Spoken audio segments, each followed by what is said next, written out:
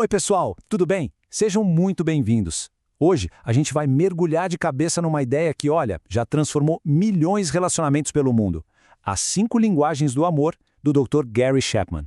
A gente vai tentar decifrar o que realmente faz uma pessoa se sentir amada e, mais importante, como manter essa chama acesa por muito, muito tempo. Bom, vamos começar com a pergunta. Aquela que muita gente já se fez, baixinho ou em voz alta, em algum momento da vida. É a pergunta que um cara fez pro Dr. Chapman num avião, sabe? Doutor, por que aquele sentimento incrível, aquela paixão toda do começo, parece que some, evapora depois que a gente se casa? É uma sensação que, nossa, quase todo mundo conhece.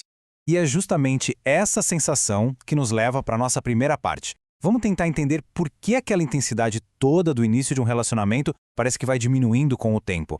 E um spoiler, isso não é um defeito do relacionamento, viu? É uma fase super natural que a gente só precisa entender. Sabe aquilo que a gente chama de estar apaixonado? Então, na verdade o nome técnico para isso é paixão. E é basicamente uma obsessão. A outra pessoa vira o primeiro pensamento do dia e o último da noite, né? O Chapman descreve isso como uma euforia que nos engana, nos dá a ilusão de que a gente encontrou a pessoa perfeita e que, nossa, nada pode dar errado. No livro ele conta o caso da Janice, que queria casar depois de 3 semanas. Ela estava convencida de que o Davis era perfeito, ignorando todos os sinais de que talvez não fosse bem assim.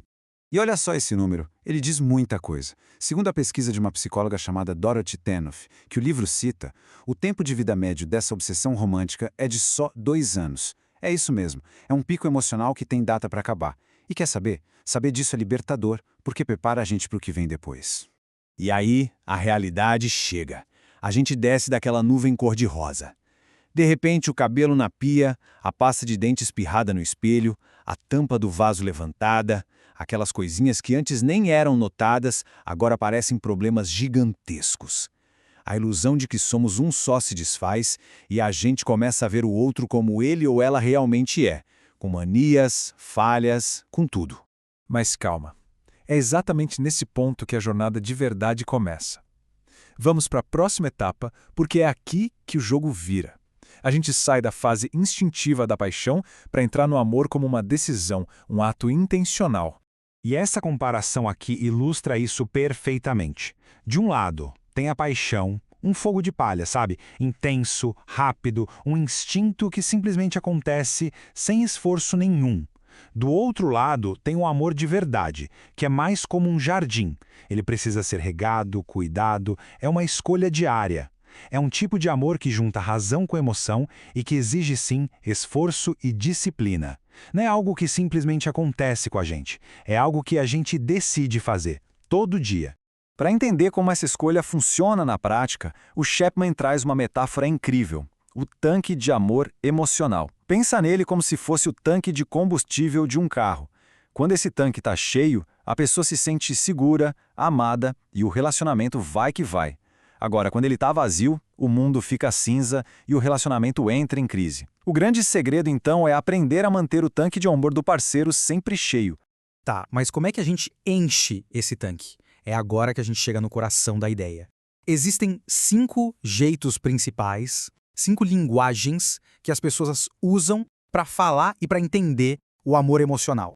E são essas aqui. Palavra de afirmação é sobre usar palavras para valorizar o outro. Tempo de qualidade é da atenção total, sem celular, sem distração. Receber presentes é sobre o amor que vem por trás do objeto. Atos de serviço são aquelas ações que gritam "eu me importo com você". E toque físico, bom, usa o contato para comunicar segurança e carinho. O maior problema, gente, é que a gente tende a expressar amor na nossa própria linguagem e não na do outro. É tipo falar português com alguém que só entende japonês. A intenção é ótima, mas a comunicação falha. Vamos dar uma olhada em 2 delas para ficar mais claro. A primeira linguagem é sobre o poder que as palavras têm. Para algumas pessoas, ouvir palavras de apoio, de carinho, de encorajamento é o que realmente enche o tanque de amor delas. Tem até uma frase do Mark Twain que diz: "Posso viver 2 meses com um bom elogio". É bem por aí. E não é só falar "eu te amo", tá? São elogios específicos, sabe? Palavras de gratidão por coisinhas do dia a dia. É encorajar um sonho, como o que fez com a Alison no livro, incentivando ela a escrever. E claro, o tom de voz faz toda a diferença. Falar com gentileza, mesmo no meio de uma briga, comunica um amor e um respeito gigantescos. Agora, vamos pular lá para a 5ª linguagem, só para a gente ver o contraste, o toque físico. Para muita gente, o toque é a principal forma de comunicação do amor. Sem ele, a pessoa simplesmente não se sente amada. Não adianta falar, não adianta fazer, ela precisa ser tocada. E o toque físico vai muito além da parte sexual, viu? Pode ser um toque sutil, tipo encostar no ombro da pessoa quando passa pela cozinha, ou pode ser algo mais claro, como andar de mãos dadas, dar um abraço bem apertado quando o dia foi difícil, ou simplesmente sentar coladinho no sofá. Cada gesto desses é como colocar um pouco de gasolina no tanque de amor de quem tem essa como sua linguagem principal. Beleza, já entendemos o que são as linguagens. Mas como é que a gente descobre a nossa própria linguagem? E a do nosso parceiro ou parceira? Essa próxima parte é super prática, ela dá umas dicas bem diretas para isso.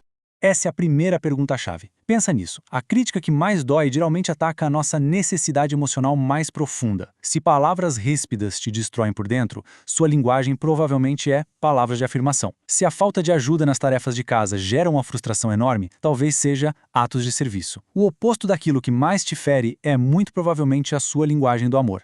A segunda pergunta é um termômetro excelente. Aquilo que a gente mais pede repetidamente revela o que a gente mais precisa.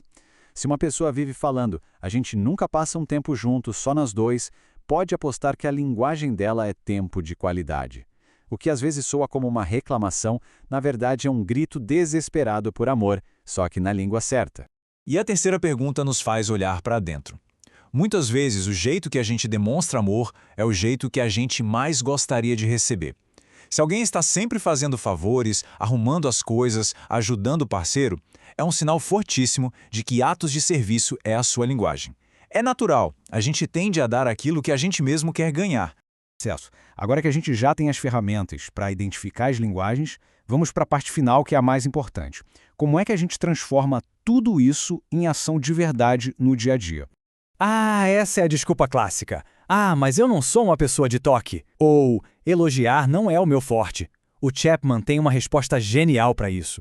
Ele conta que a linguagem da esposa dele é atos de serviço, e uma das coisas que ela valoriza é a casa limpa. Então, ele passa o aspirador de pó.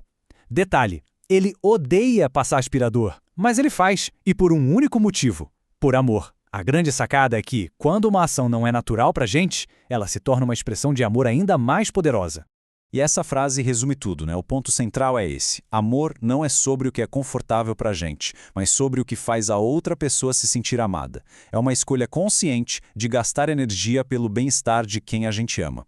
E o mais legal é que as ações vêm antes dos sentimentos. Ao agir com amor, muitas vezes o sentimento de amor volta com tudo. E para fechar, fica essa pergunta no ar. Conhecimento é ótimo, mas é a ação que transforma. Descobrir e decidir falar a linguagem de amor do parceiro não é um truque de mágica. É a chave para encher o tanque emocional e construir uma conexão que pode, sim, durar a vida inteira. Então, qual vai ser o primeiro passo a ser dado?